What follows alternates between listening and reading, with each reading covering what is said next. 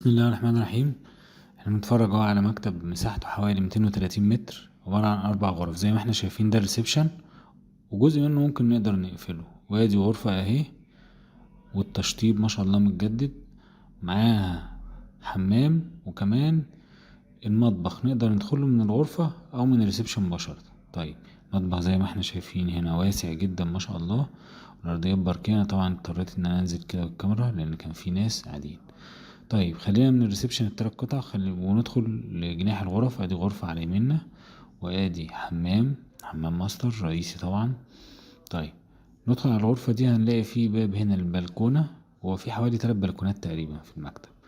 طيب، في هنا غرفة تانية، احنا شفنا غرفتين وادي التالتة. كويس، وادي الغرفة الرابعة، يبقى 3 غرف مع بعض في جناح، وغرفة هناك لوحدها.